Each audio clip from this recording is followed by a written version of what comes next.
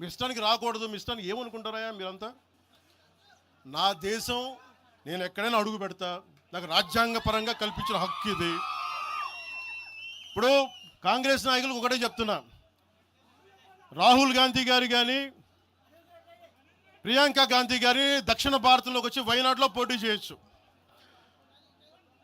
ఇందిరాగాంధీ గారేమో మెదక్లో పోటీ చేయొచ్చు. పివి నరసింహారావు గారిని ఎక్కడి నుంచి గెలిపించారు? తెలంగాణలో ఆయన ఓడగొడతారనే కదా ఆయన ఆ రోజున కొంచెం నంద్యాల పార్లమెంట్ నుంచి గెలిపించింది. ఆంధ్ర ప్రజలు కాదా గెలిపించింది? అప్పుడు ఆ రోజు తెలంగాణ నాయకుడిని చూసారా, మన నాయకుడిని చూసారా? ఆ రోజున ఏం బెదిరిస్తారా మీరందరూ కూర్చోబెట్టి?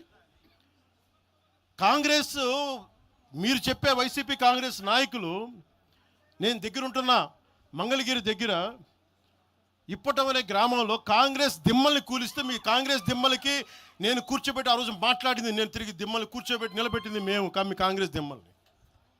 మీరు కూర్చోబెట్టి మమ్మల్ని గురించి మాట్లాడతారా? అసలు కాంగ్రెస్ పార్టీ అనే దానికి ఒక పద్ధతి ఉందా? మీరు ప్రాంతీయవాదమా?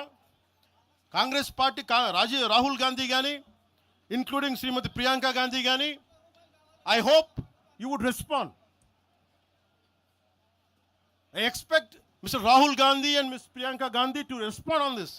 Your leaders, your so-called national party, you're behaving like, your Congress leaders are few Congress leaders, behaving like separatists.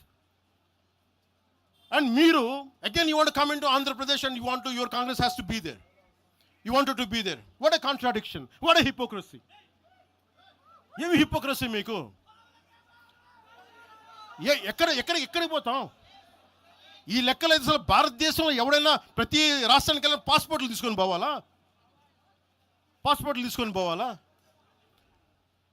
ఎక్కడికి పోతున్నారు అందరూ కూర్చోబెట్టి? ఏం మాట్లాడతారంతా? మేధావులందరూ కూర్చొని పాసం యాదగిరి గారు ఉన్నారు. ఆయనంటే నాకు చాలా ఇష్టం, నాకు ఆయనంటే గౌరవం. ఆయనంటే ఇదే ఇంట్లో ఆయన కూర్చోబెట్టి ఒక 2-3 గంటలు మాట్లాడాను ఆయనతోటి, పాసం యాదగిరి గారితో.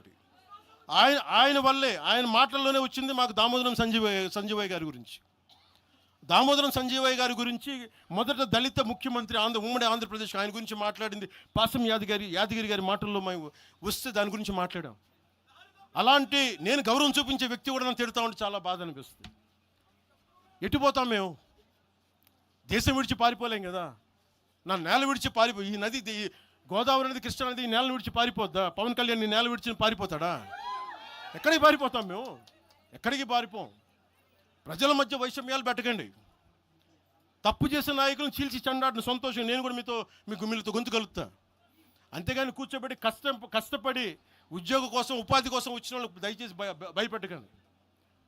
మేము ట్యాక్సులు కడతాం, దేశాన్ని ప్రేమిస్తాం, సమాజానికి అవసరమైతే మేము నిలబడతాం, ఎక్కడికి పారిపోలా. అలాంటిది కూర్చోబెట్టి బెదిరిస్తూ ఉంటే ఎంతకాలం బెదురుతాం? మీరు భయపెట్టే కొద్దీ గుండె గట్టి పడద్దు తప్ప భయపడదు, గుర్తుపెట్టుకోండి.